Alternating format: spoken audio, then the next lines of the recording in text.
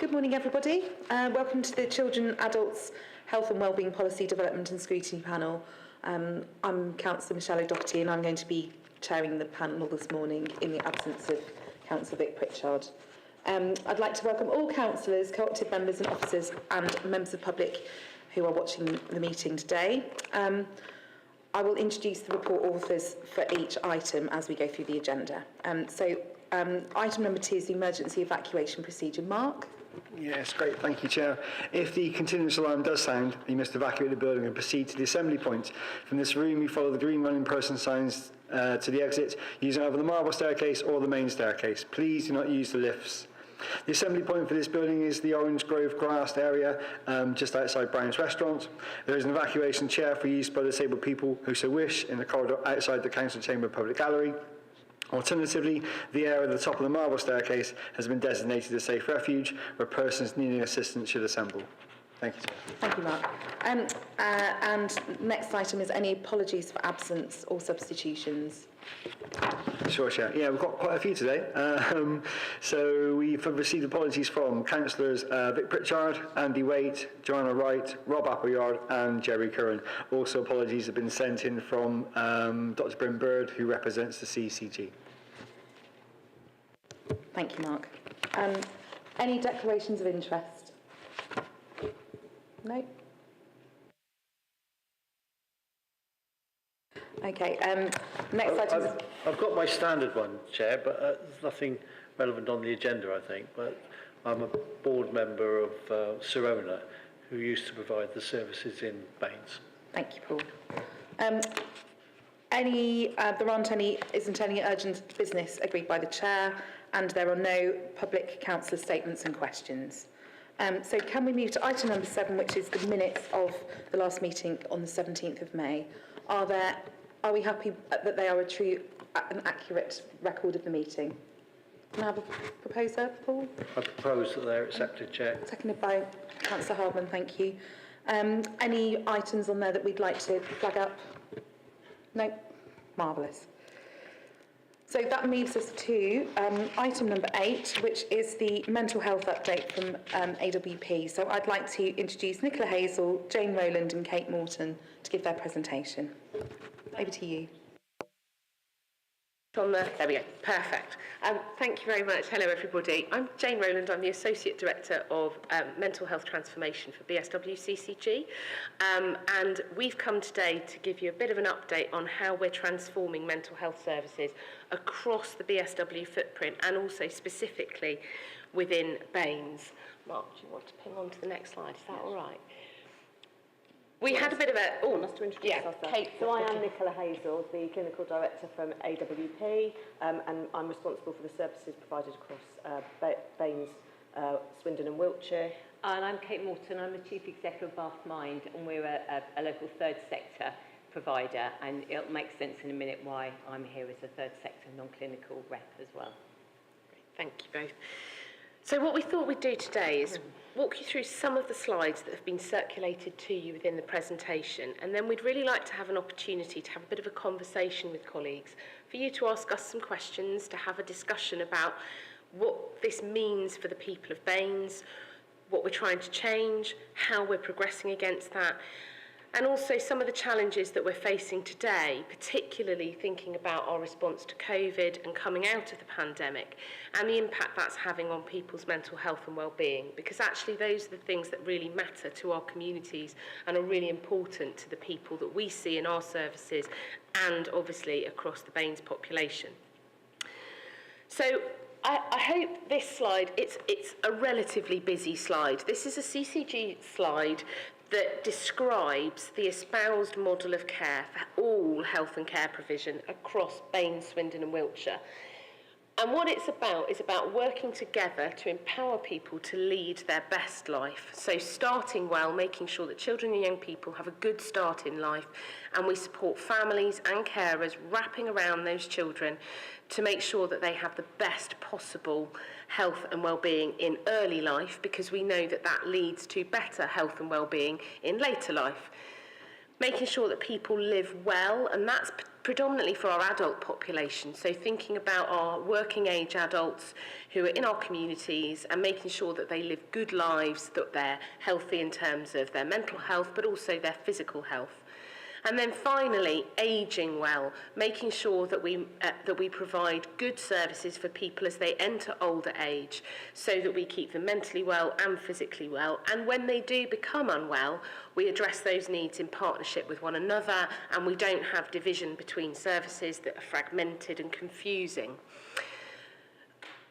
So just in terms of kind of the key priorities, obviously you can see on the right-hand side of the slide, thinking about providing care that's personalised, so it's not a one-size-fits-all approach. We recognise that we do have diverse communities and we need to respond to that diversity. We want healthier communities, so we want to make sure that we are enabling people to access really good local services and opportunities that help them live healthier lives. That the NHS, local authority, third sector and other partners join together to provide joined up care for people, so that when they access a service, it's seamless, they understand what they need and that it's provided for them. That services that are more specialist are provided as locally as possible to patients. And actually one of the things that's been a tremendous benefit for us in COVID in some ways is the digital revolution that we've seen in the NHS and the way that we've been able to bring people closer to specialists in a way that we've never done before. So we're trying to avoid, those endless trips in and out of specialist centres. Actually, the way we can do things now using technology can be really helpful for our patients. And then finally, thinking about our specialist centres, making sure that they really are focusing on that highly specialist element of provision, and we're not sitting there with them providing endless amounts of routine care that could be provided potentially in the community by other partners. So those are kind of the main features of the model of care for our population. Mark, do you want to bring on to the next slide? Perfect. So what we've tried to do is think about what does that mean in terms of our mental health services. And what we've said is that we have our community services framework, and that's a nationally mandated plan that was set out by NHS England about 2 years ago now, which was about transforming the care that's provided for people in our communities and doing that in partnership with third sector, with other health and local authority colleagues, and really trying to provide that wraparound support in the community. There are some key themes within that we have to focus on, specifically eating disorders, older adults, 16 to 25, which is a growing volume and particularly relevant for BAMES if we think about the population demography of BAMES and that high proportion of students that live in our city, particularly here in Bath, thinking carefully about what kind of care and treatment do we provide, because a lot of the time an 18-year-old will describe a cliff edge that they feel they fall off, having had really good support as a child, and then adult services are totally different and confusing, and they find it really hard to access services. So thinking about that 16 to 25 age group and doing something quite specific for them. Think about eating disorders. We're seeing a real rise in eating disorders, and I was saying to Kate and Nicola on the way in, happened to be listening to the radio, and one of the eating disorders consultants from Oxford Health was describing her role as a psychiatrist, and one of the things she was saying was the number of people with eating disorders is on the increase, and we need to respond to that by providing really good local care.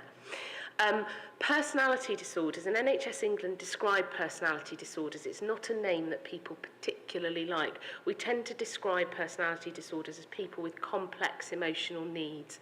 They're often people who've suffered some form of emotional trauma in early life or in later life as well, and that has fundamentally affected them and causes what clinicians describe as a personality disorder, but it's a label, a diagnostic label, but it isn't something that people necessarily identify with. So we try and use the term complex emotional needs because it's more inclusive and it responds better to what our populations tell us they would like to have as the sort of overarching banner for the services they're accessing. And then thinking as well about our older adult population and providing really good care for older adults with mental health needs. And that's not just about people, we think about older adult services, it's not just for people with, say, dementia or Alzheimer's or some of the common, what are described as organic conditions of mental health, but also thinking about people who have diagnosed severe mental illness like schizophrenia, bipolar disorder, who are now becoming older and need services that respond to their specific needs, and that they can make sure that, again, we support them to live well in their communities as they enter into older age. We've also then got our crisis services, and a lot of our crisis services are about aligning with the ambulance service and with NHS 111 to make sure that if you ring those numbers, you get a mental health response as well as a physical health response, and it's one number, one route in, one point of access. And then finally, we've got some transformation and review plans underway, particularly thinking about perinatal mental health services. So obviously for women who experience mental illness during the 2 years now, it's 2 years, so running up to, from the point of pregnancy, right the way up to birth, and then for sort of 18 months or so beyond. So quite a long period now for perinatal mental health provision. Thinking about improving access to psychological therapies, so that's the early access for people, more of the self-help and support we can offer, and also thinking about our neurodevelopmental services, so that's things like autism spectrum services, learning disability services, and attention deficit hyperactivity disorder services, so ADHD. And those neurodevelopmental services are also really important to make sure that we keep those as local as possible into our communities. So if we pop onto the next slide, Mark, thank you. What do you want to go on to? I'll just go on to where we are now, that's easier. If we flick on to the next one, because that's a bit busy. So just by way of brief summary, because I thought we've got quite a lot of detail in the slides, but just to give you a bit of an overview about where we find ourselves today. We've got quite a rising demand that I alluded to earlier. Now, we saw some drop-off during COVID, but the referral rates into mental health services are now going above what we saw pre-pandemic. So that wave that was described, that people will have seen in the media and heard about, that wave of demand is now starting to hit us, and we're really seeing those people who've spent a long time living with who have been quite poorly during COVID, who are now identifying, saying, actually, I need help. Those people are now starting to come into our services. We're seeing a lot of increase in anxiety, parental and familial anxiety, so thinking about, children going back to school, but also parental anxiety about children being in school and the impact of COVID on them. But also thinking as well about the wider determinants of mental health. So what we're seeing is that anxiety around the economic situation, employment, breakdown in families, bereavement as a result of COVID, thinking about all of those things that are really impacting on our populations. We're also seeing now an increase in acuity, so there's something about people who've been probably out of services for a long time who've become increasingly unwell, and we're seeing some really, really, really sick people presenting now into our services, which obviously puts quite a lot of pressure on them, not only in terms of looking after them immediately, but also thinking about how do we get those people back out into the community with our local authority partners, how do we provide the right housing support, how do we provide the right community mental health services that can go into the home and can help those people back at home rather than in an inpatient environment. We talk a lot about out-of-area placements, and to describe those to colleagues a little bit, an out-of-area placement is the nomenclature used by NHS England for people who are not able to access an inpatient bed in their local area. So when all of the beds in AWP and Oxford Health are full, we have to send people out of our geography to independent sector organisations, to other partners, to be looked after there. The challenge of those is it has a massive impact on the outcomes we know that they have, the outcomes they receive. So what that means is these are people who are disconnected from their home community, from their family. They're often quite a long way away. And so we've got a real challenge this year to make sure that we eliminate those out-of-area placements, to make sure that we keep people as close as possible to their homes and to their support networks. And we've made some really good progress on that this year. I think it's testament to Nicola and her teams and to Kate and their teams as well, that actually we're really making really good headway on getting that down to eliminating those out-of-area placements for our Baines, Swindon and Wiltshire population and our Baines population. And I'm really, really pleased to be able to share that with you.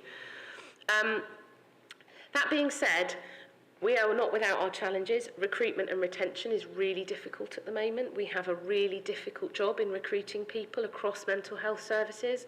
And some of that is about the services that we provide and people not wanting to make a career out of mental health. And some of that is down to the emotional well-being and the impact of COVID on our staff. So it's quite it's a dual-edged thing that's really hard to tackle sometimes, and we have to really think about how we can address that. We've done quite a bit of work supporting emotional wellbeing for our staff, and AWP has an emotional wellbeing hub for our staff across our communities to help support them and to give them early access to mental health and wellbeing support as and when they feel they need it, which is really good. The final thing is about, and Kate will elaborate on this more, I know, is about thinking about increasing the trust and confidence we have in working together.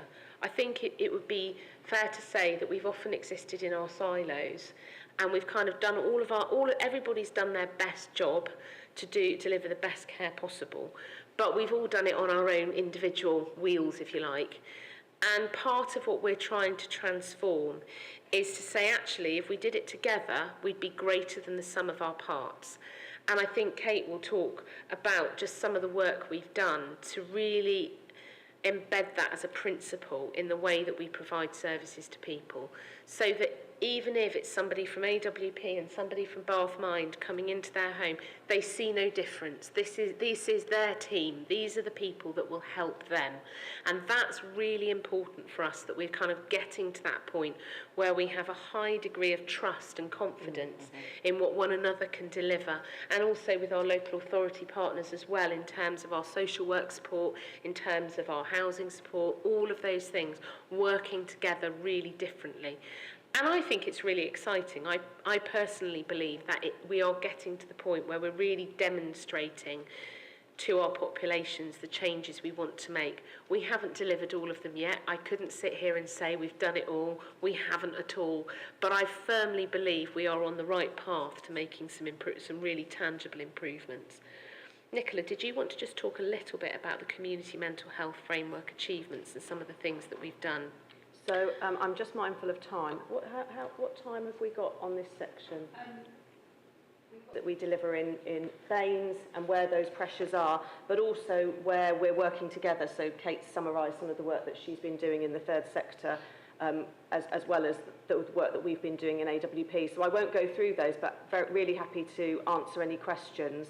I think there's always a question whenever I come to speak to local authority colleagues, and it's always a really good one. Suzanne's very good at asking it, actually. And there's always a question around, so what's going to be different? How are our population going to know that it's going to be different? We are not there yet.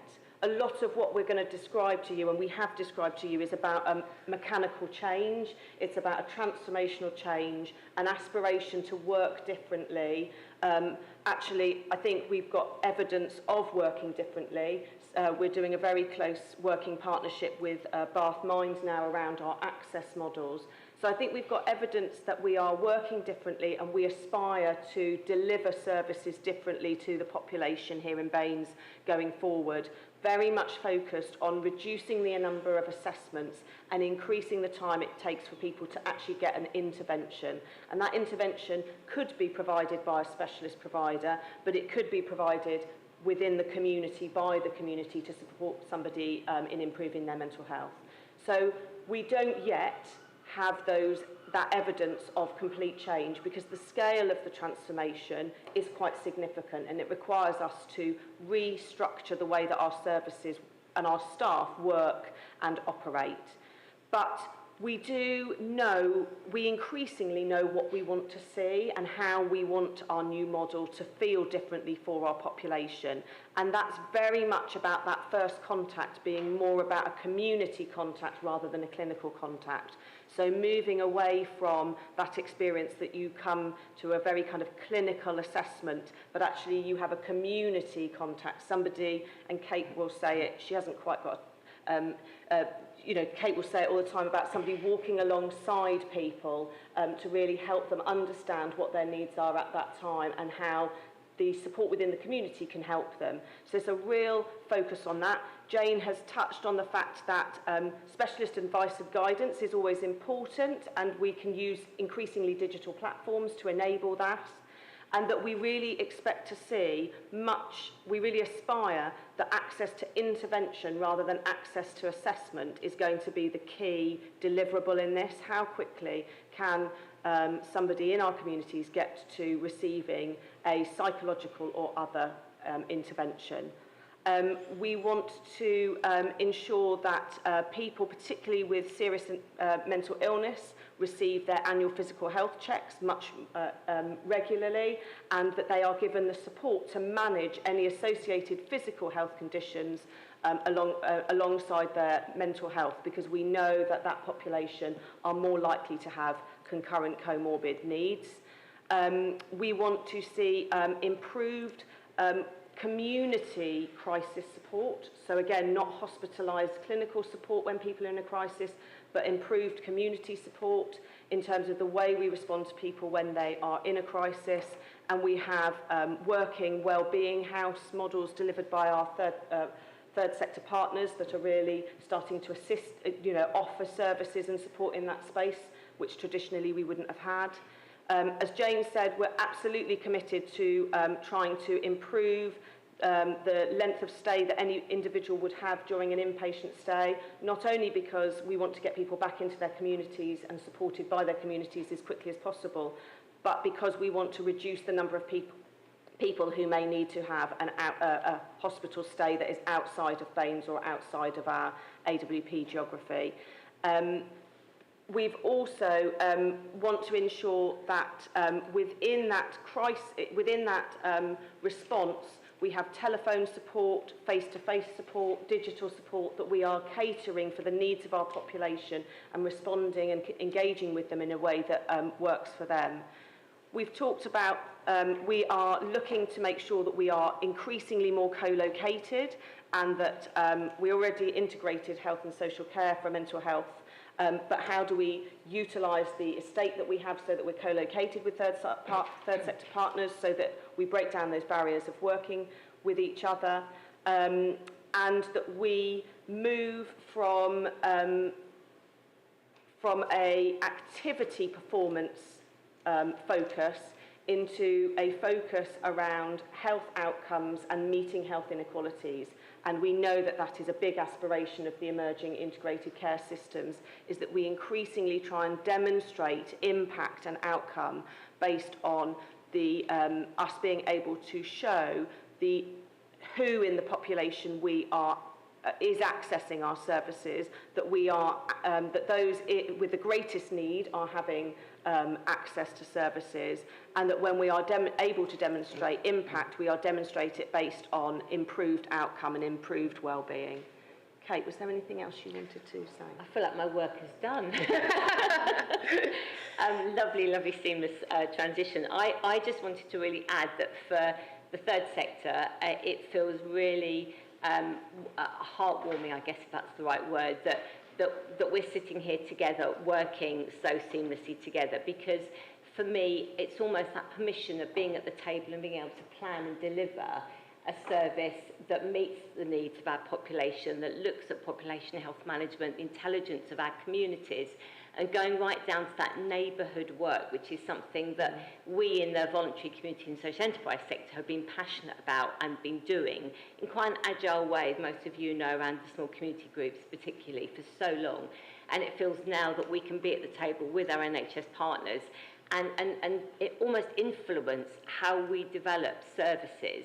And I think that's been fantastic. And Nicola and Jane alluded to it. We are co-located, supporting, facilitating the NHS piece because it's just too much in terms of acuity capacity. So we want to really develop that non-clinical alternative. You know, we're proudly non-clinical in the third sector. We do manage risk and we manage high acuity, but we can do it in a very different way. And I think the way that our finances have been developed, the way that our structure and management's been developed, it almost gives us that opening to be able to develop a very different model of how we work across our community. I won't go through all the slide detail of some of the services. I'm really happy to talk through some of those. I just wanted to say that I think what we can provide is what I call that end-to-end pathway. We are at the beginning of that journey, as Jane and Nicola alluded to. And so we will be able to almost come back to you with some real impact measures of our success. It's quite difficult to say that at the moment. But we're already making some huge inroads. We've been working in primary care liaison, for example, looking at supporting their waiting lists. We've been giving people that time and space through their 9 to 11:30 phone line and our in-person crisis services. We've got outreach services where we can work with people in their own homes. So it really does that admission avoidance piece, and we can develop strategies for people to live really well in the community and not have to go back into hospital or in hospital in the first place. It's that kind of community engagement. We are passionate in the third sector about early intervention prevention, and I think it works brilliantly alongside the kind of more high acuity specialist provision that our NHS partners deliver. So it is, as I say, that kind of seamless pathway, and something that we feel really strongly about. And IAPT was mentioned, the talking therapies. We also have a counselling service, and we can support IAPT in that because we can provide registered counselling for people who don't meet the kind of, don't want to use threshold, but the kind of the higher need of talking therapies. So again, it's all about joining it up or closing the circle. I'm not quite sure what analogy you want to use, but it's a really great way of us all working far more kind of seamlessly and in that partnership together. And as Nicola said, co-locating is definitely, I think, the kind of the way forward as well. Shall we take some questions? Yeah, I was going to say, so really happy to open it up to questions and for you to sort of, you know, raise any issues, concerns, thoughts, reflections with us. Thank you very much for coming along today. And actually, Kate, you've preempted something that I was going to ask for, which was, I think the partnership you clearly have is very exciting, and you've still got a lot of work to do. It would be really good to get an update from you at a future meeting, if that's possible. Yeah. Yeah. I absolutely think that would be really helpful for all of us, because this is sort of year 2 of an initial 3-year journey, which will continue. But I think what we're doing in these first 3 years is really looking at what impact we make, but also hearing from our community, because this is not about a model or sets of services that's set in stone. It is very much about reshaping based on what people are telling us, and it's that kind of continual engagement that I think is really, really critical, because we don't have all the answers. It's really important that people on the ground say, that's not working, why don't we look at it this way? So I'd love us to come back and do that. That'd be great. I've got a question from Liz first, please. Thank you, and thank you very much for a very comprehensive report. It's very much an aspirational model at the moment, I would think. And I was going to ask the first question, which is there a timescale to this? But you've said it's a 3-year journey, so maybe in a moment you can tell me when it started now, when would you foresee that it's going to end? A lot of residents have been in contact with me about eating disorders, and obviously it's very appropriate to listen to Radio 4 this morning, but I've been following this over a period of time, and it's the highest mortality rate of all people with mental illness, and it used to be very much female orientated, but now the numbers of males is also increasing rapidly as well. And residents have said to me the main problem with young people suffering from eating disorders is the timeliness of being seen, that the bar is set so high, you really have to be very, very seriously ill before you are seen by CAMHS, for example. You've mentioned about work in the community, so I wonder to what extent is this impinging on young people, older people suffering from eating disorders, and will our residents know something different is happening, or when will they know something different is happening due to this model being put in place? Thank you. I guess if I kick off, and then I'm going to ask Kate to come in, I think. So eating disorders are provided by Oxford Health Foundation Trust across BSW, and then in Baines they're provided by AWP, so there's a partnership between the two organisations. There has been a regional referral increase of about 14% over the last year, so that gives you a sort of flavour of kind of the sort of volumes we're starting to see come through. And I think one of the challenges we have, particularly with young people, is there are two bits that need to be considered. One is children and young people with eating disorders, and they'd be your diagnosed anorexia, bulimia, avoidant restrictive intake of food, all of those kind of really clinically diagnosed, labelled conditions. There are then also a volume of young people who have what we would describe as disordered eating, where they have other mental health needs, and eating is the way that they manage that for themselves. And they're really different, they're quite different things and require quite a different response. And I think one of the challenges we've got within our services is that we have a volume of the disordered eating cohort coming through. We've talked about COVID. That is one of the ways in which we're seeing that mental health impact, if you like, of COVID on young people. We're doing quite a lot of work at the moment to invest in our eating disorder services. So we've put more money in this year, both in terms of children and young people's eating disorder services, but also adult eating disorder services as well. So both of those areas have seen some investment. In children and young people's services, we do have a national access standard. We have two access standards that we have to deliver. One is to see routine referrals within 4 weeks, and the other is to see urgent referrals within a week. We are slightly underperforming on the 4-week referral target, but we're getting closer to delivering the national standard on the 1-week urgent. So we've prioritised the urgent over the routine at this point in time. And that is largely because of demand. We're trying to see the most clinically acute cases first, because we recognise they're the ones that are suffering the most, if you like, in our communities, and we need to really tackle that. What we are also doing, though, alongside investing in the kind of statutory end of provision, is as part of our community services framework, we are also investing in supporting our third sector colleagues in helping support people with eating disorders in our communities. So Kate's colleague Jeanette chairs our eating disorder steering group, which is really good because it demonstrates the power of the third sector within the kind of work we're trying to do. And she and the team are working this year on a plan to see how we can again kind of start to embed some of the new ways of working.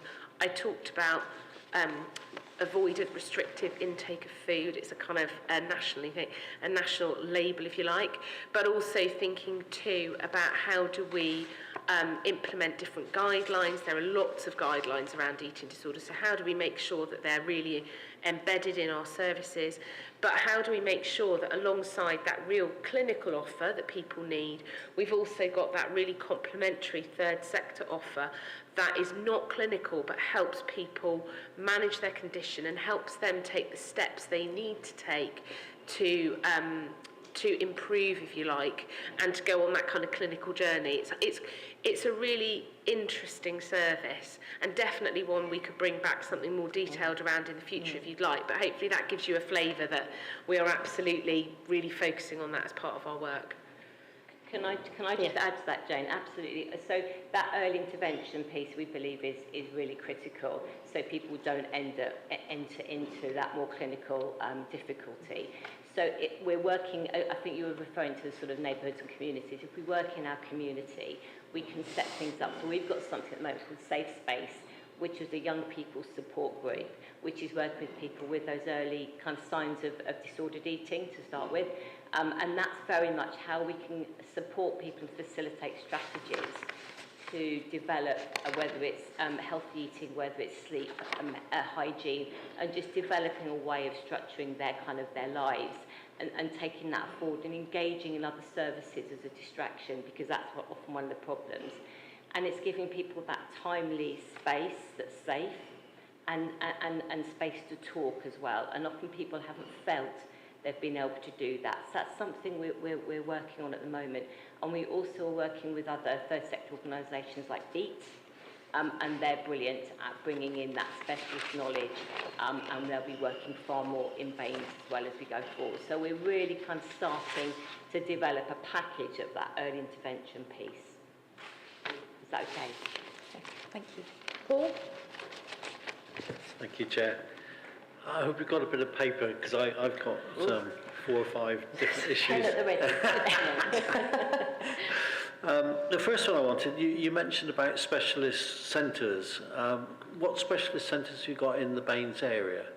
Because when you did your hit list of services, the specialist centres, are they actually close and easy to access in terms of the BAMES area? That's a simple question. Shall I do them all, or would you like... Do them all, and then, yeah. The second one was, you've quite rightly now working effectively, or more effectively, sorry, with the third sector.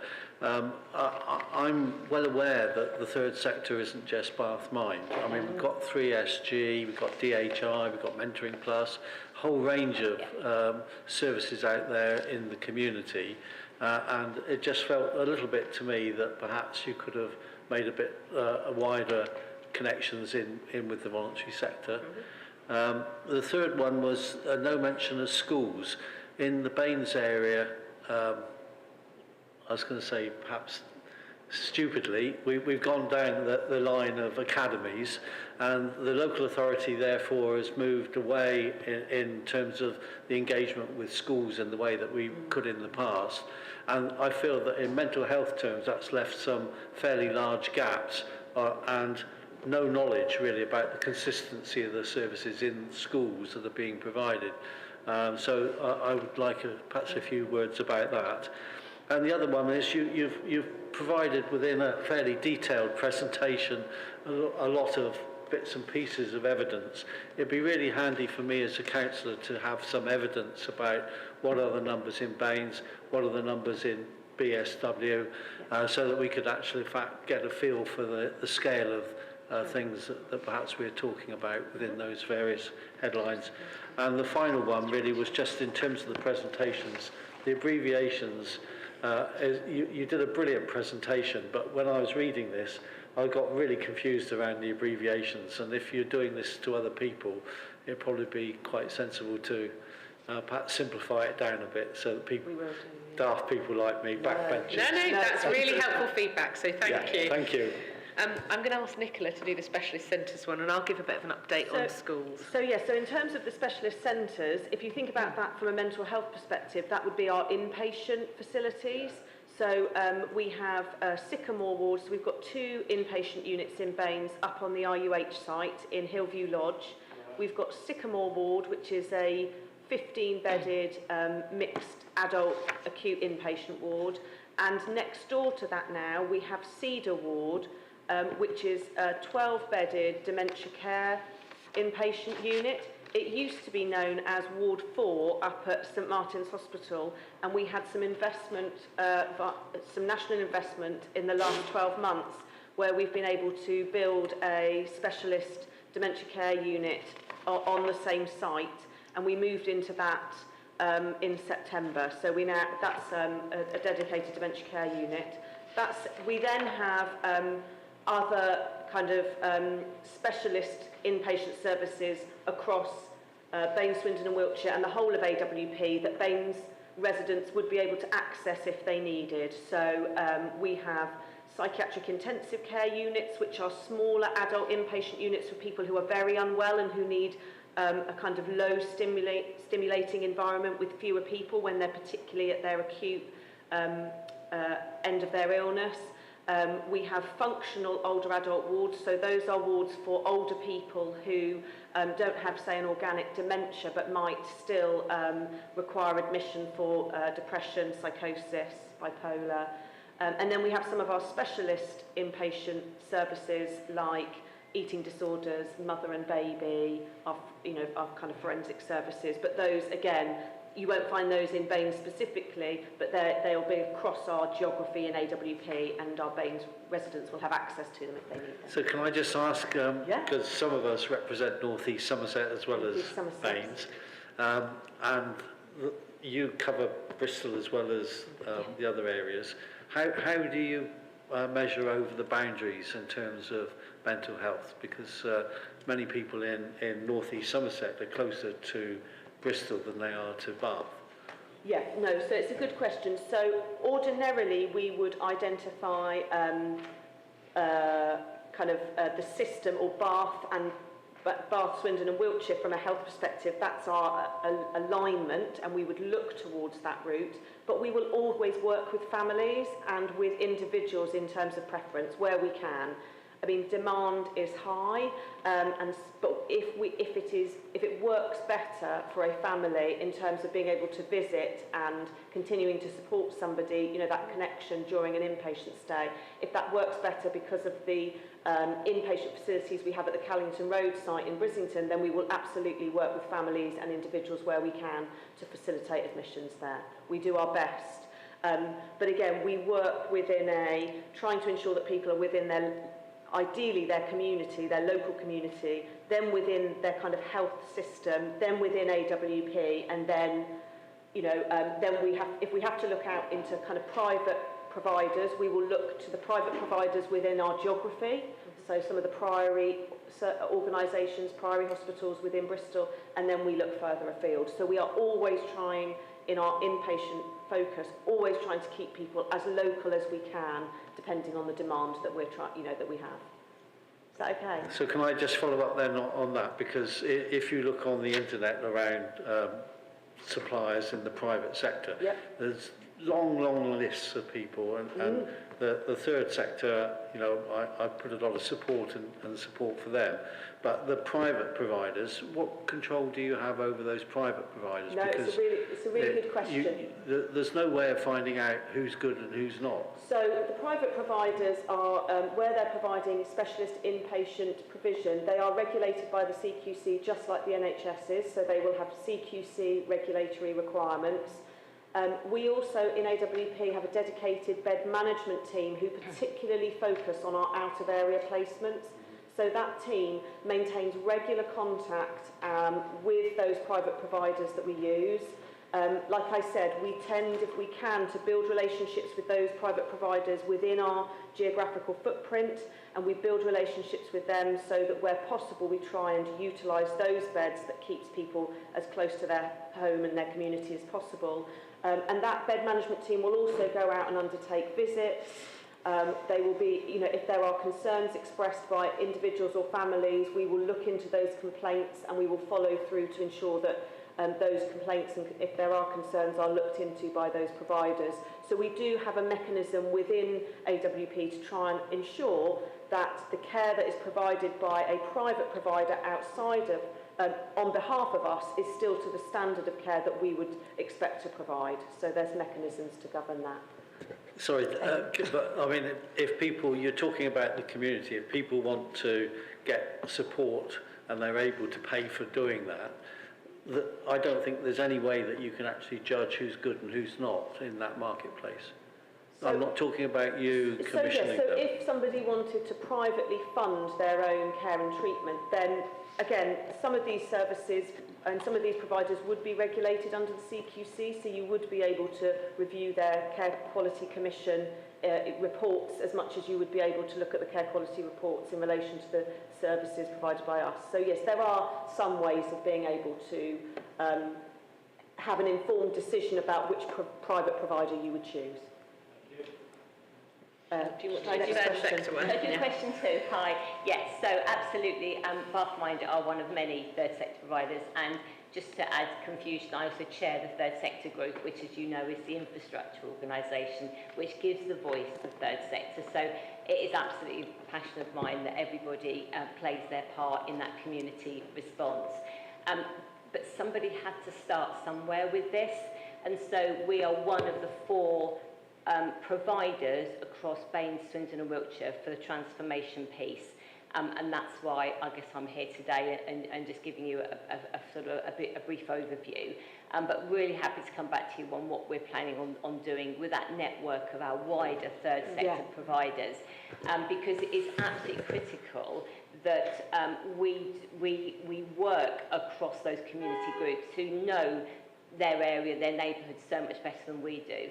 The issue, though, is making sure it is a mental health provider if it's about mental health service. So that's why Creativity Works is a really good example, or Avon and Wiltshire Wildlife Trust as social prescribers for green social prescribing, working really closely with lots of other organisations where we can kind of join the dots so that somebody's kind of wider engagement needs are met. So the reason I was asking the question is I do feel that commitment to the third sector. Absolutely. We've got some brilliant examples, off the record, etc. And are we getting the assurance that those people will, because we commission a lot ourselves as well as a local authority. And I think there's a lot we can gain by working more effectively together perhaps in the future. Absolutely. So as chair of 3SG, that is absolutely my commitment, that we ensure that we create what I'm calling that network of networks. We're engaging with everybody and that everybody's involved. We have a really strong collaboration run by Baines Local Authority in terms of the locality group. We come together, we share all the work we're doing, and it's very much an open forum, and it's very much a shared understanding of what we need to do, how we drive this forward. And that's about working kind of across everybody that's kind of relevant in their community. Schools. So, sorry, can I ask that because we're running behind time now, and I've still got to bring in Suzanne. No, it's fine. Have the answer to the question, but can I ask that it's brief? Thank you. So, in terms of schools and their involvement, we've now got 6. We've got 6 waves of mental health support teams. They were a national initiative. We secured investment across BSW, so there are 6 across BSW. I'd need to look into how many. I think there's 2 in Baines. I'd need to double check with Oxford Health colleagues. Those are teams of staff who are specifically assigned to work in schools and to support children and young people with mental health needs in school. So that's their absolute focus. There's a nationally mandated model that we have to work towards that has a staffing structure and all of that sitting within it. Really happy to work with Oxford Health colleagues to bring something back that specifically describes those.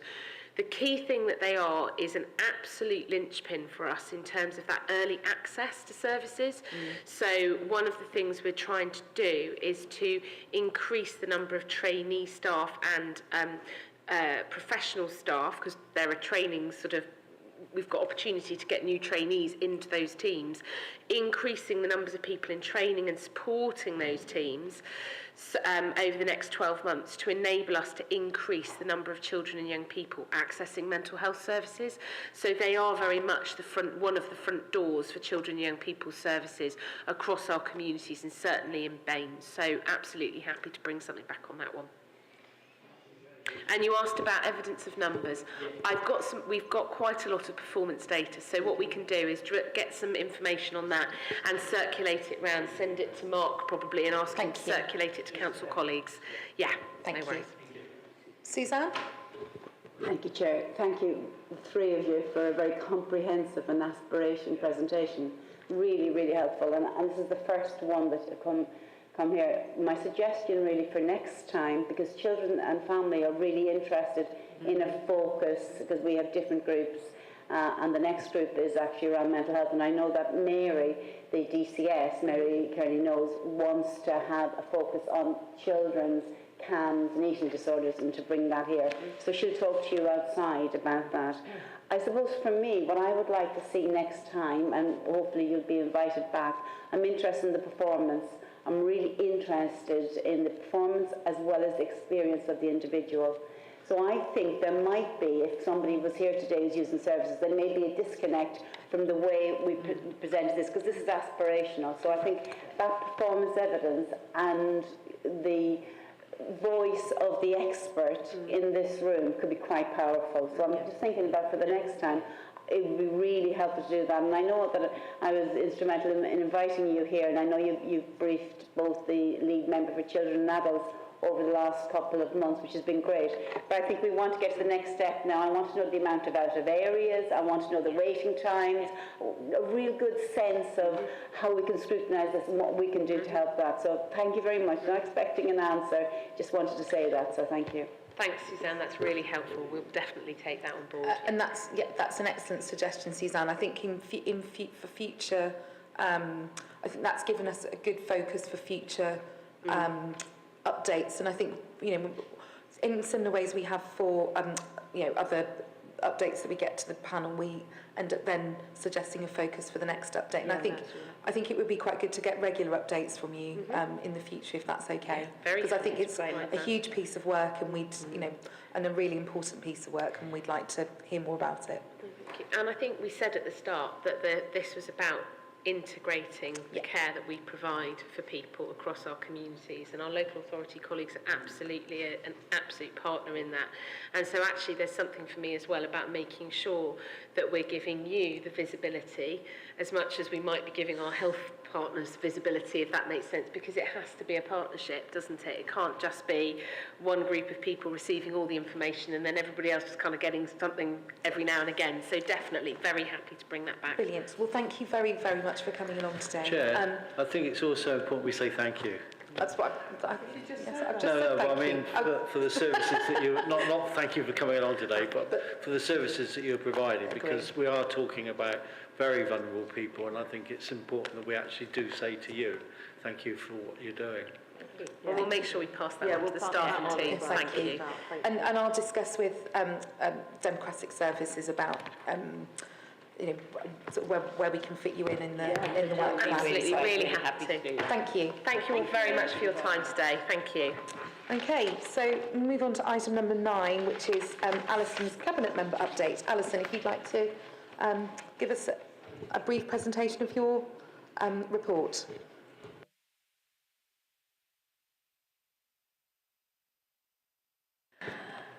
Okay, thanks. That's my old boss. Yeah, all my old colleagues are pitching up today.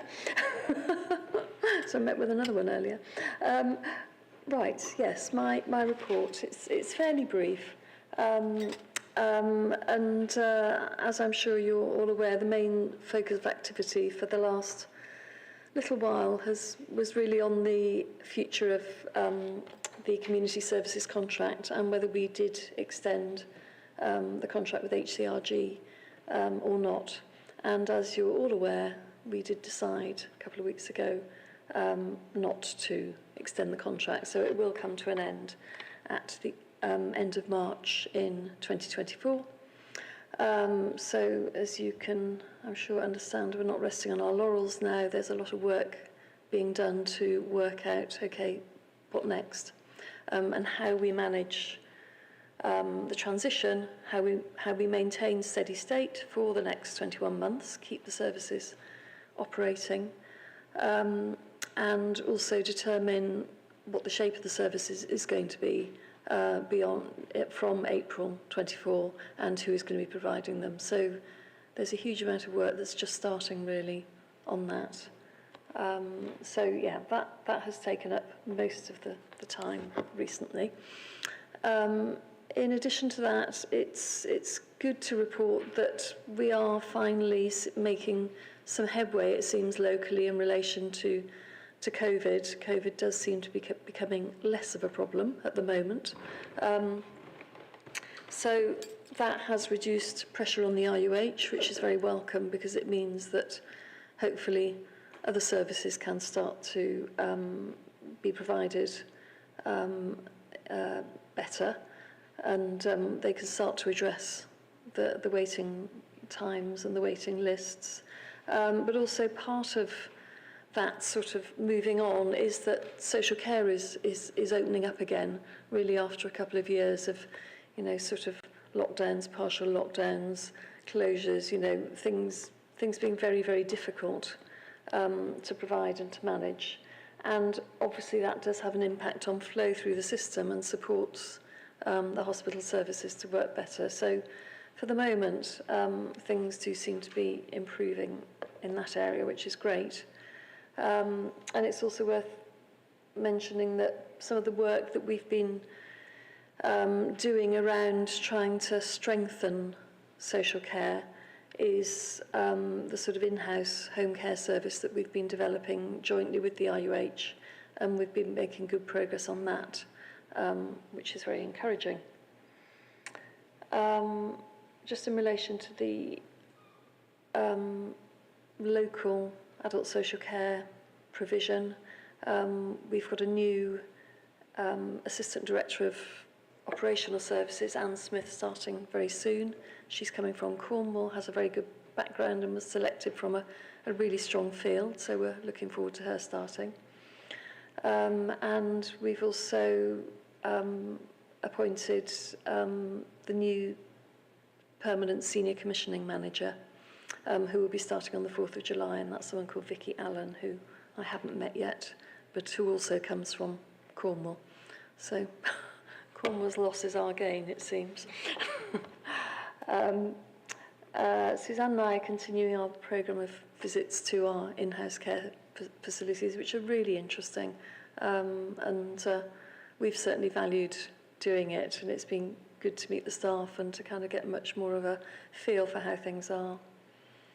And then lastly, just to say that there is a report going to informal cabinet next week, I think, on the English Combe Lane site, and proposals for a fairly limited development of that site, which will protect the tufa, it will protect the ecology, it should enhance the ecology as well, but will also mean that we can use the site to meet the needs of some of our most vulnerable individuals, many of whom we currently send out of area.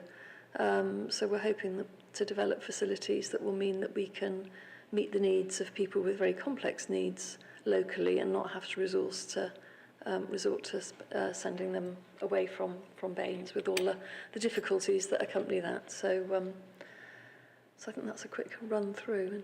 Any questions? Thank you, Alison. I've got a question from Liz. Yes, thank you, Alison. Obviously, we're delighted to see that option 3, having considered it, is the best option. And it's pleasing to see that the opportunity has been explored to bringing services back in-house, because I think, we've been fed this diet of private enterprise good, public services bad, and that's not the case. And there are various local authorities around the country where this public services are being done in-house. So it's good to see this. But I did wonder, will there be no procurement cost to the council, therefore, because of this? And will this result in a significant saving for the council? And are we starting to plan for post-2024 at the moment? Thanks. Okay, well, we are definitely planning for post-2024. There's a whole stream of work going on for that. If we were to take the social care staff back in-house, we would not be re-procuring. So we would make the savings on the procurement costs in that instance. Taking them back in-house is one of the options that's being considered, but a definite decision is yet to be made. So I think it will depend on what the final decision on that is, whether we make that saving or not. Paul, how many questions? Hello, Alison. Can I just thank you for making sure that this committee had the opportunity to have a look at the detailed advice, even though it was in private session.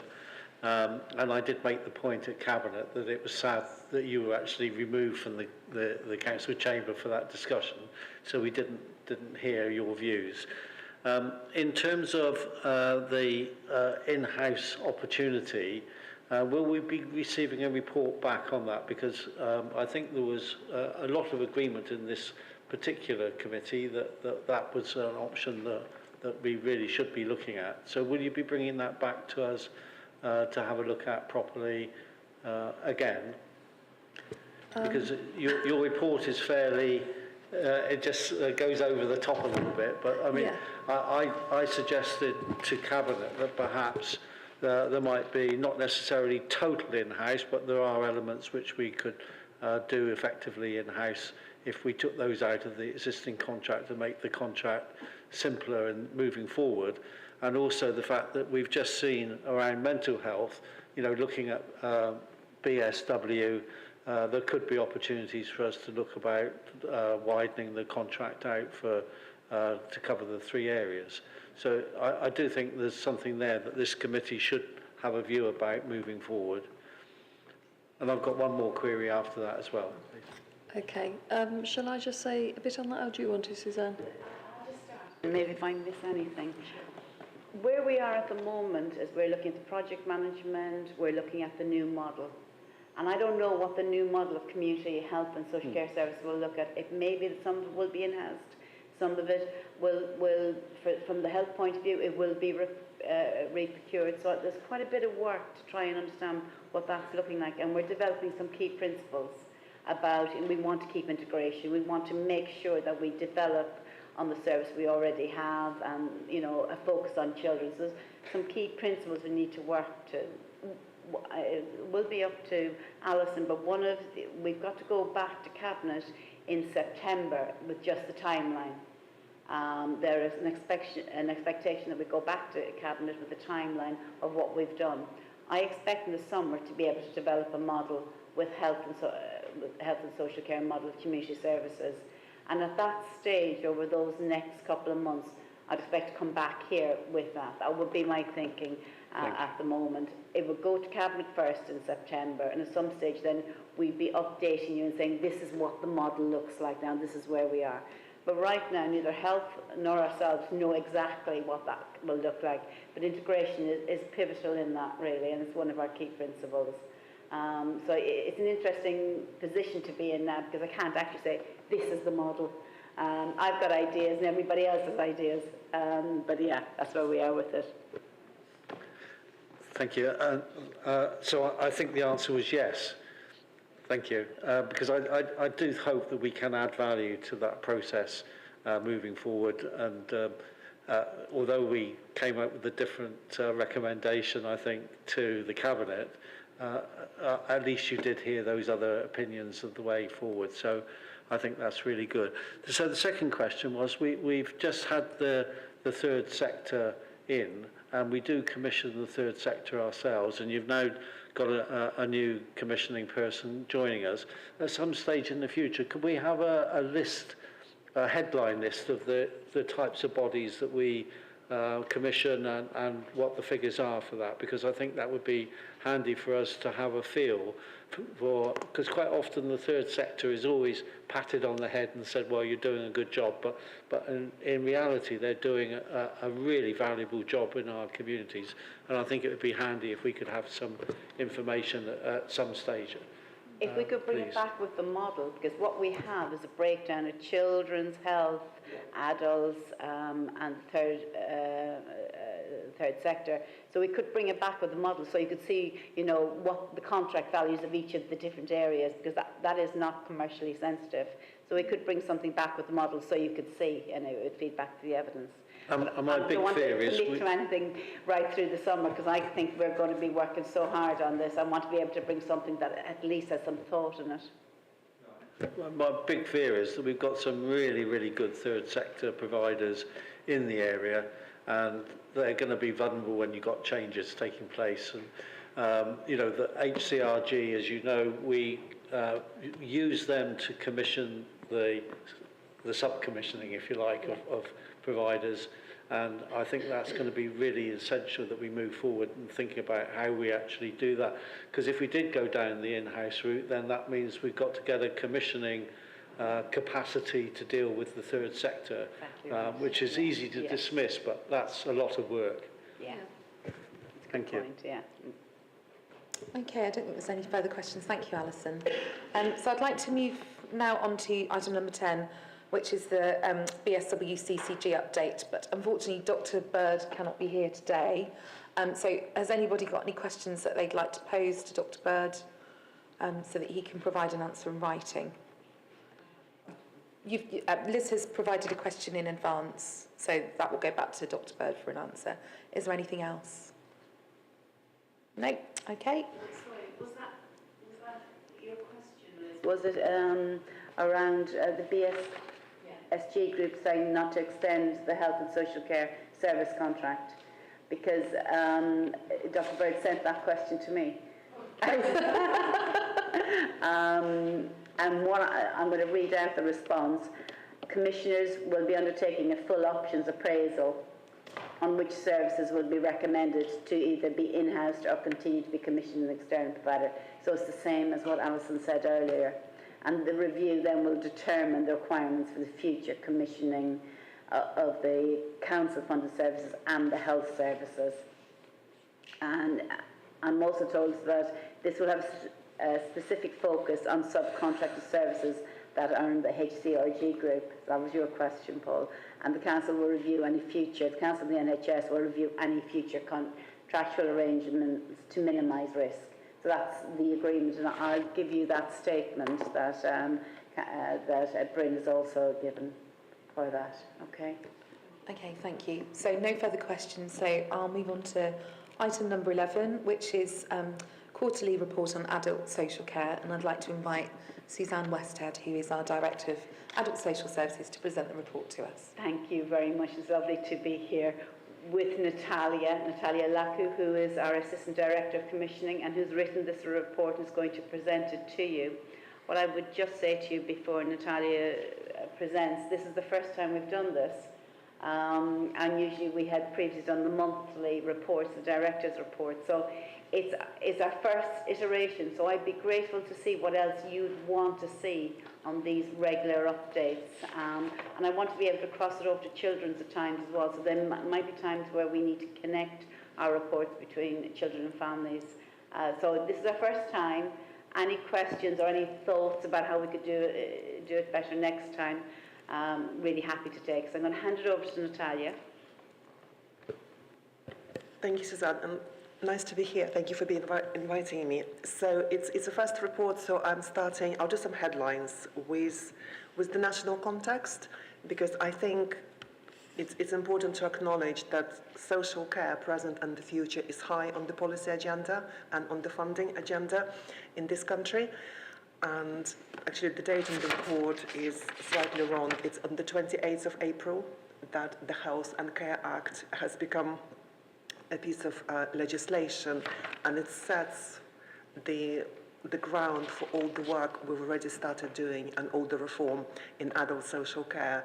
So I'll draw your attention to 3 strands of that reform. The first one, which is going to impact on mostly adult population of BAMEs, is the Building Back Better reform, which in other words is a new charging approach for adult social care. There is a personal cap, people will have a care account, and we have to get ready for that. It will be more people coming and asking for that service, so information, guidance, having sufficient workforce to do all of that, and system to monitor and record all the activity is going to be very important. It brings additional statutory duties for the council as part of that element of the reform, and we've already started actively getting ready for that, because we need to be ready for next October. So some of those deadlines are already set, sort of October this year and then April 23. The second strand of the reforms are around sort of mental health legislation in England and liberty protection safeguards, which is radical reform because it's going to apply to 16-year-olds for the first time. It's also going to apply to other care settings than it is at the moment. Slightly a different timeline because, for example, at the moment there is a life public consultation on the code of practice for the liberty safeguards. We don't have a date for implementation. We're hoping it will be 24 rather than 23 because a lot of other things have to happen post-consultation. But I'm pleased to see that the government is mindful to make sure that there is sufficient lead-in period for those important changes when they are finalised. And the final, but actually as important, is as a local authority responsible for adult social care services and statutory care elements of that, whether we do it ourselves or whether we commission that, we will be inspected through a different regime from April 23. So the Care Quality Commission are working with the government and other departments on that new inspection regime. They're going to be looking at outcomes. They're definitely going to be looking for very strong evidence of the voice of people who have experienced adult social care, and also how seamlessly and how well we work together, whether we are a third sector partner or a health organization or a local authority. Those themes are very clear in all of the messages and the strategies which are coming from the Care Quality Commission, and that inspection regime is going to be in place from April 23. So again, we've got a lot to do to get ready to be inspected until then. So that's sort of national context which directs what we do as a service. Locally, we have been focusing on the integration with health, and from 1st of July, the main sort of locality and the BSW system, sort of new governance arrangements will become live, and a lot of work has been happening to prepare for that. We've got new senior management team been appointed by the NHS on the health side, so those appointments are sort of released as they're made. We've got a new place director joining for Baines in August. So there will be new colleagues and new partners for us to get to know and introduce to who we are and what we do already, and basically build the future together.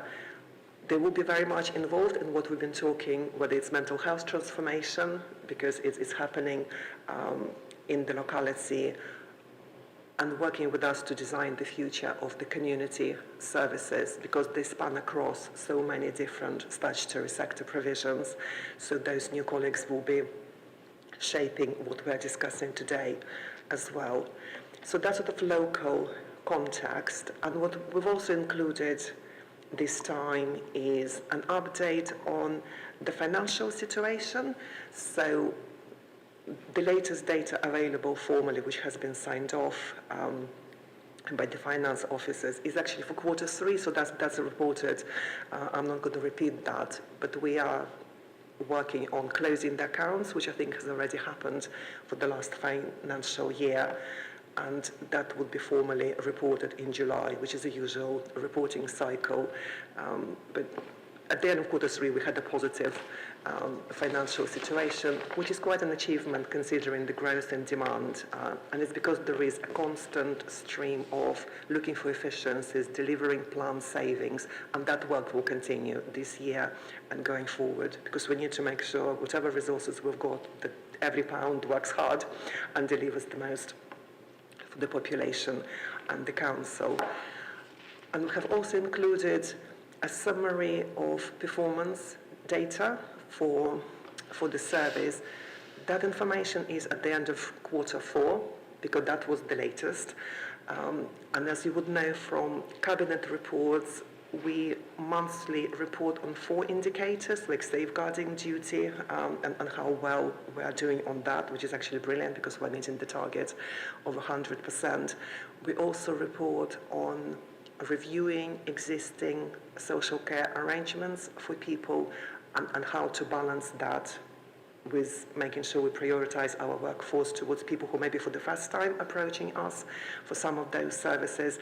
So on that indicator, the performance is variable and still work to do, and it does fluctuate depending on what other demands are facing the service, and that has been evidenced over the last 2 years in particular. And also the one which is an interesting one and not straightforward to explain, we do measure how many people every month move into a care home from the community. And there are national and local targets for what you might expect for the population, the size of BAMEs. And from the report you've got in front of you, it's positive performance, meaning a reasonable number of people where it's the right thing for them in their families.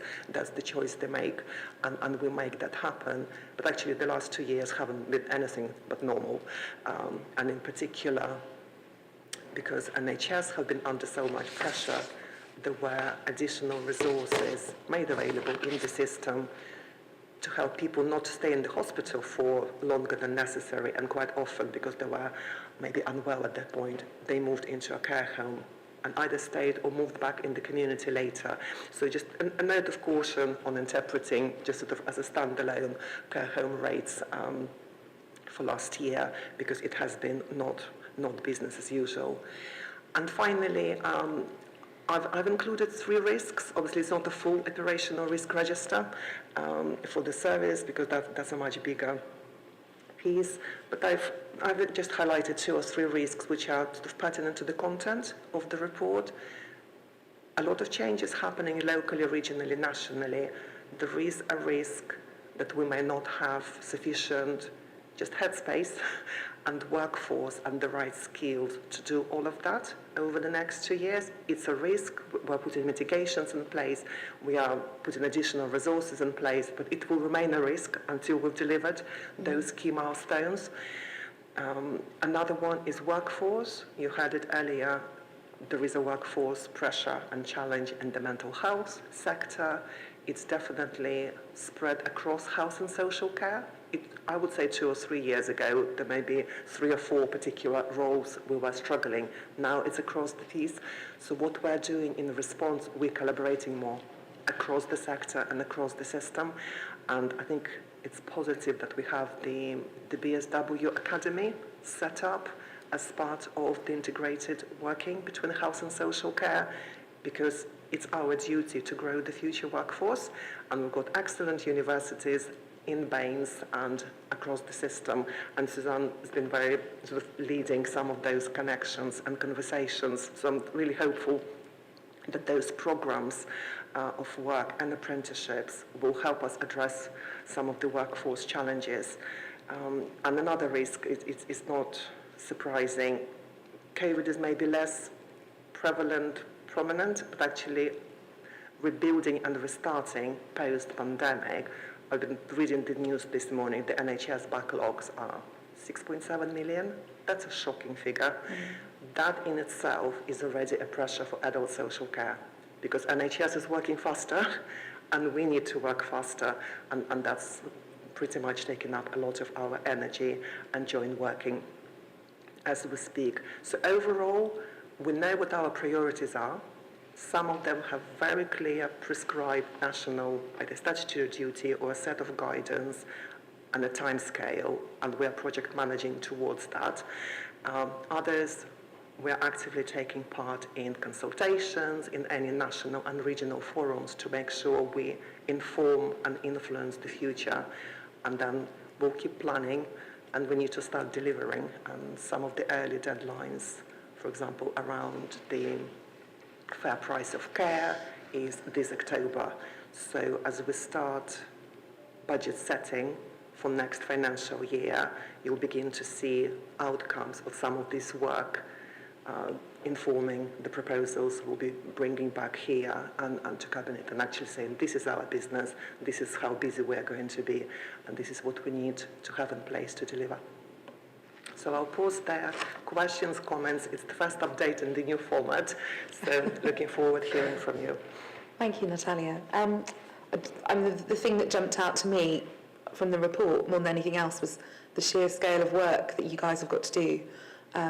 And obviously you've identified it as a risk, and this report was clearly written before the decision was taken by Cabinet to not extend the HCRG contract. So that's now added in another pressure.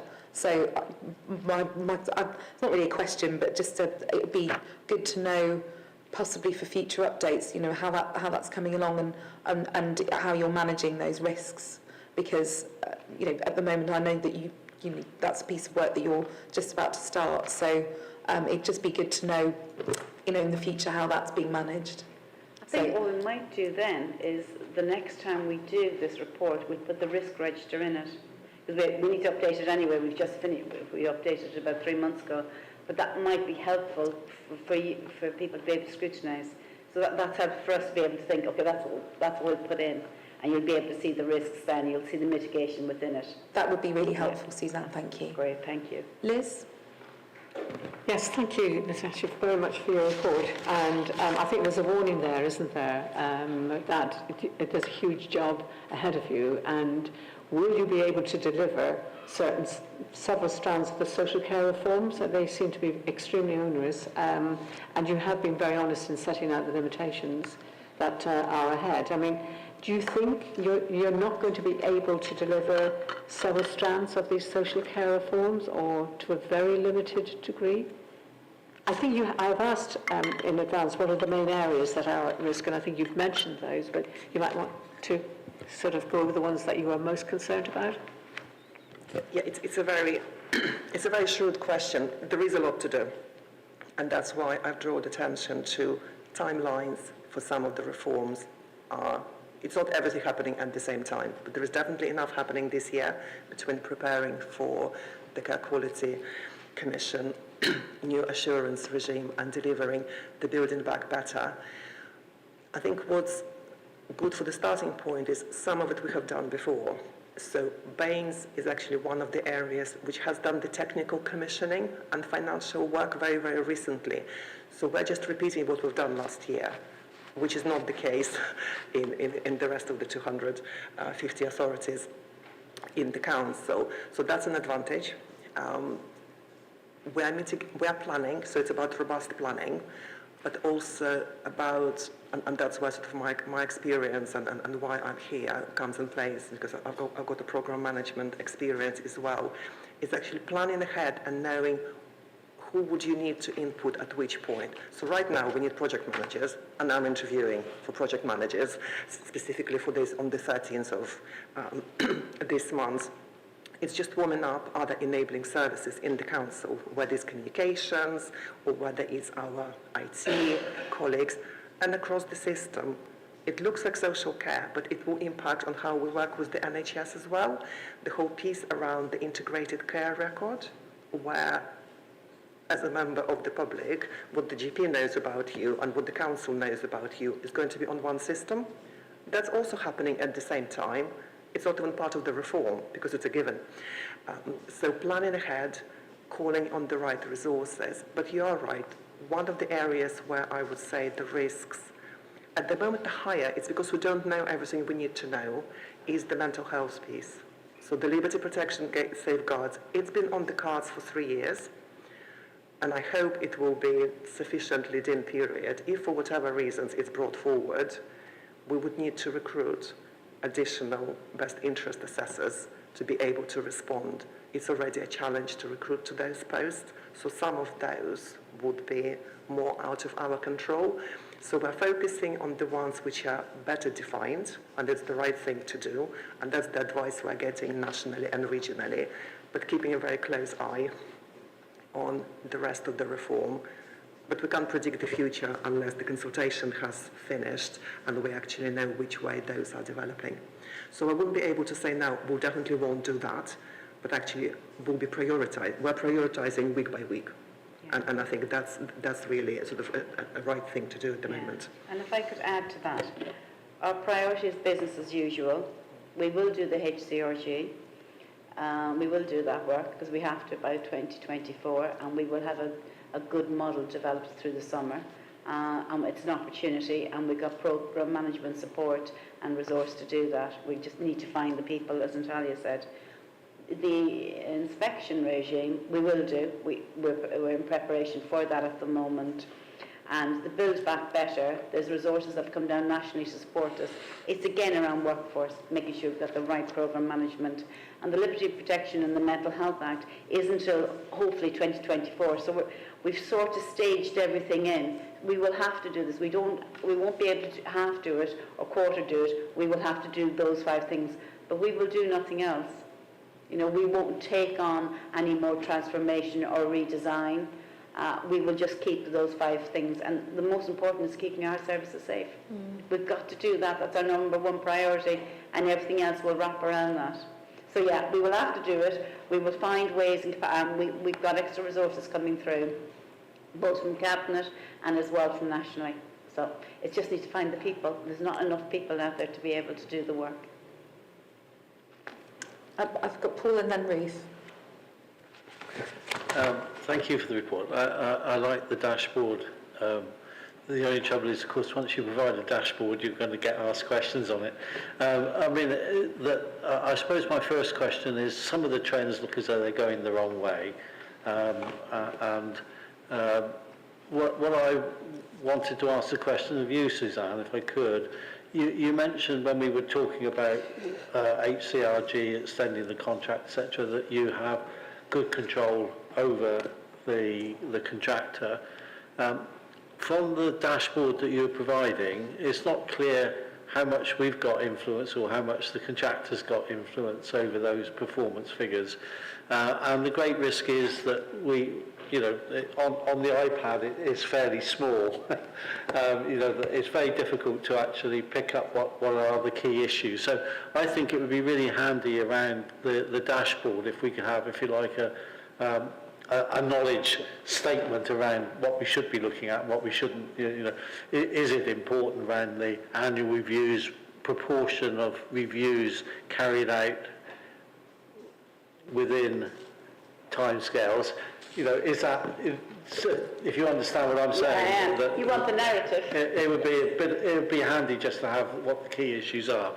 And the second issue really was around HCRG and their reaction to the decision that was taken by Cabinet. And have we had any feedback on that? Because the other question I wanted to ask is, within the government things, discharge to assess is going to move a lot of the pressures from the acute sector into the community, and I can't see any particular reference to that in the report, and how you think that's going to impact upon the contract we've got with HCRG. So I'm going to try and take that step by step. First of all, we've been looking at putting the extra resources into the contract management, just so, because as you're once the provider knows that the contract is no longer, going to be extended, we need to really contract manage it in a different way. So we're putting extra resources in, and that's what we're talking about at the moment. So that's the first thing.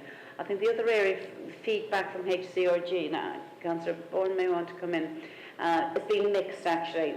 There's been emails from staff who are absolutely delighted and have actually thanked Cabinet for making that decision. There has been feedback from some of the management in HCRG that, this was quite a shock to us. We weren't expecting to see this, and we're worried about maintaining and retaining our staff. Now, we haven't seen any staff leave because of the decision, but I think there's absolutely an anxiety, and I've been speaking to HCRG the last couple of days about they've issued a statement to their staff to say that the Council and the NHS absolutely want a steady state. We need you staff. You've done a brilliant job, and thank you for doing the job you've done, but we need more of you, not less of you. So HCRG has issued that to all of their staff. So it has settled down in the last couple of days, yesterday and today, because we only had a couple of days last week. And what I've been told both by the Chief Exec and the Director, the Managing Director, is we want to work with you to get this right and keep the services safe. So that's been really helpful, and I've not seen anything that, other than a commitment to do the job. So we work with them on a daily basis. So I'm really pleased with the approach. It could have been much more difficult, but and I know Councillor Bourne also sees the MD regularly. So we're keeping our relationship going. They're keeping their relationship going with us, and we've got work to do to keep the services safe. Thank you. Discharge to assess is an interesting one because we've done a load of work the last couple of months, and Natalia will probably want to add to this, in that we've secured the funding for the next year around D2A.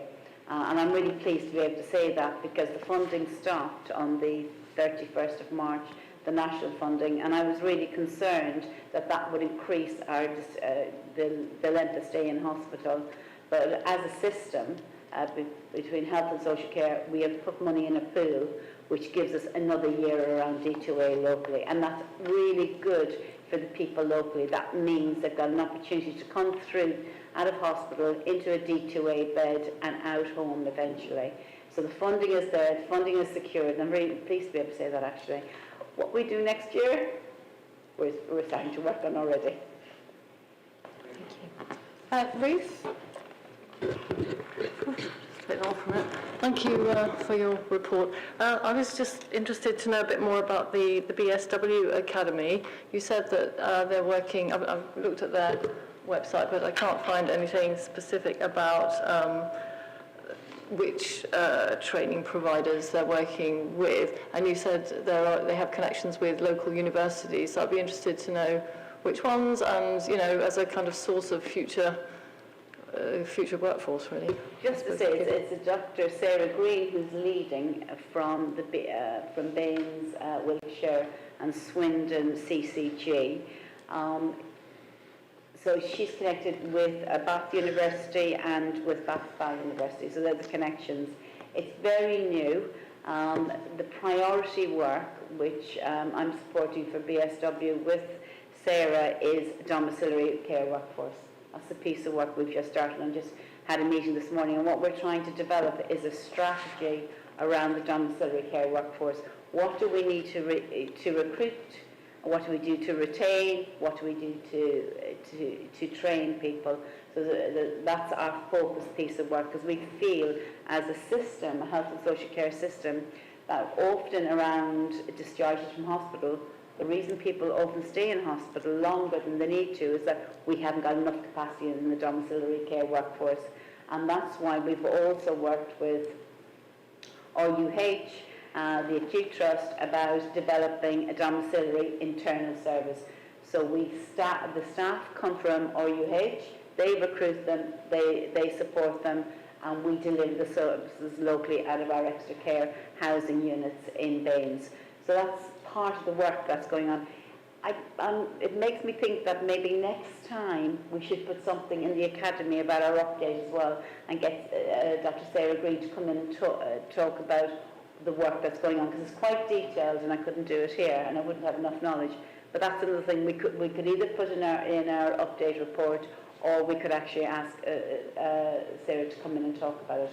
But there's a lot of work, very early stages. They've made some connections, but not enough to all of the local institutes, really.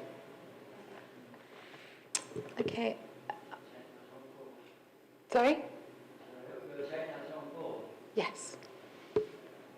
Okay, thank you, Suzanne and Natalia. I think we've got some areas of focus for the next report. I think the focus on the BSW Academy would be really good. Also, we talked about the risk, including the risk register, and I think, Paul, you came up with a couple of things as well, which Mark will get down. So I think this format works really well. I think it's better than having, we get monthly updates from the Cabinet member anyway. I think having a proper focused time to look at the work you're doing is much better than tagging it onto a already long meeting at the end, which is what used to happen, and we'd kind of rush through it. So I think this is much better. So I think I'm quite happy with this approach. Yeah. Okay, so that leads me on to the last item of the agenda, bang on time at 11:35. We have, which is the panel work plan. So I know normally Vic and I go away and look, but I think it would be quite good at this point to ask if there's any areas of focus that the panel would like us to look at in future meetings. Paul? Chair, can I just, it's very noticeable there's Mary's coming along to talk about children's transformation, nothing about schools closing the gap, and I think I would like to still try and keep the pressure on around school performance. We don't get any reports around the School Improvement Board and things like that, so I think if we could get that put in, that would be really handy.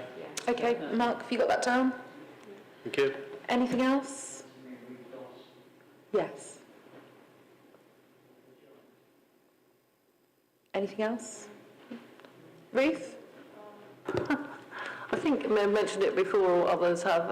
At some point, it would be great if we could invite someone to come and give us a report about the ambulance service and how it interacts with, in particular, I suppose for us here, the RUH A&E department, because I realise the ambulance service covers a much larger area, but you know, the difficulties of the A&E department then have a knock-on effect on the ambulance service. So something in that area would be very good. And that has a knock-on effect all the way through the health and social care service as well, doesn't it? So I think that would be a really good update. Thank you, Ruth.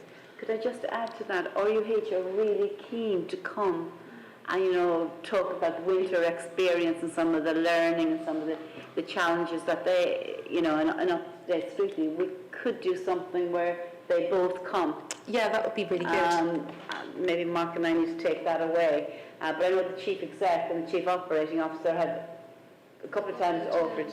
Yeah, and I think that would probably get a systems view then with the ambulance service and with RUH. Yeah, thank you. Liz?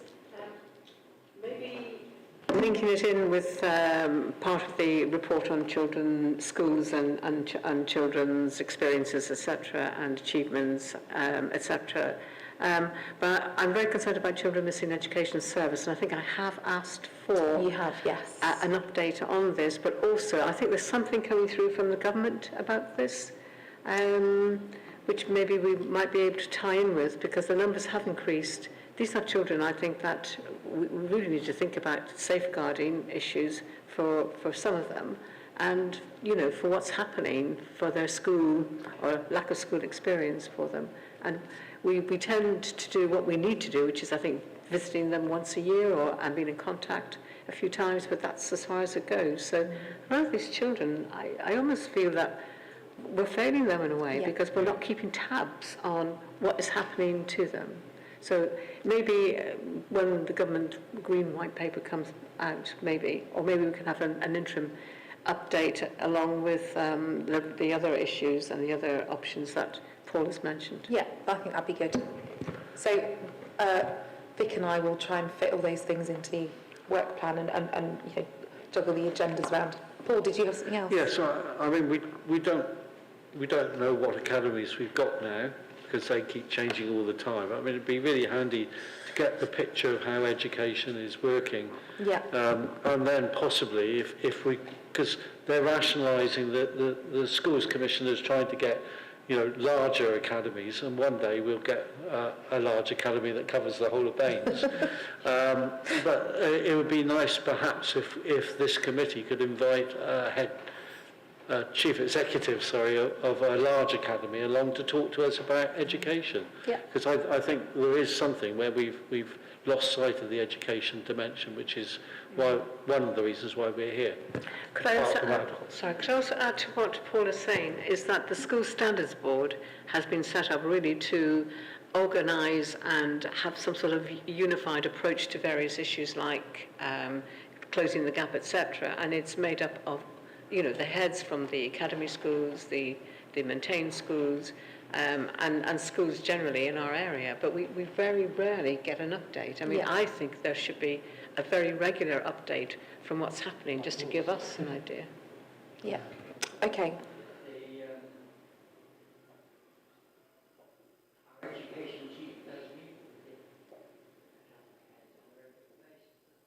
Yeah.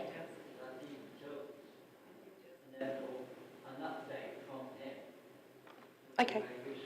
Thank you, Chris.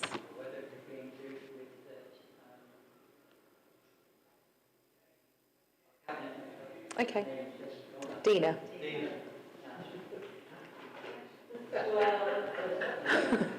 Alison. Yeah, and just to note that I think the next adult meeting is the September one. Yes. And that's where we said that we'd bring the report on, you know, where we are with the community services, the timeline, etc. So just to make sure that isn't lost in the... No. No, it won't be. And but yes, we've got. I mean, obviously, each subject we have to deal with, we go through it and decide how it's dealt with, whether it's a substantive item, whether it can be included as part of a cabinet member or director's update. But we will consider all those. So Mark's got them all down. We will consider them all when we're doing agenda setting. Bearing in mind that the panel's workload is already quite high, but I think those are really important things that we might have lost. Right, okay, well, I'd just like to thank you all for coming, and thank you for being kind to me on my first time chairing. So, and I'll see. Yeah, enjoy the rest of your morning. I'll see you next month. Thank you.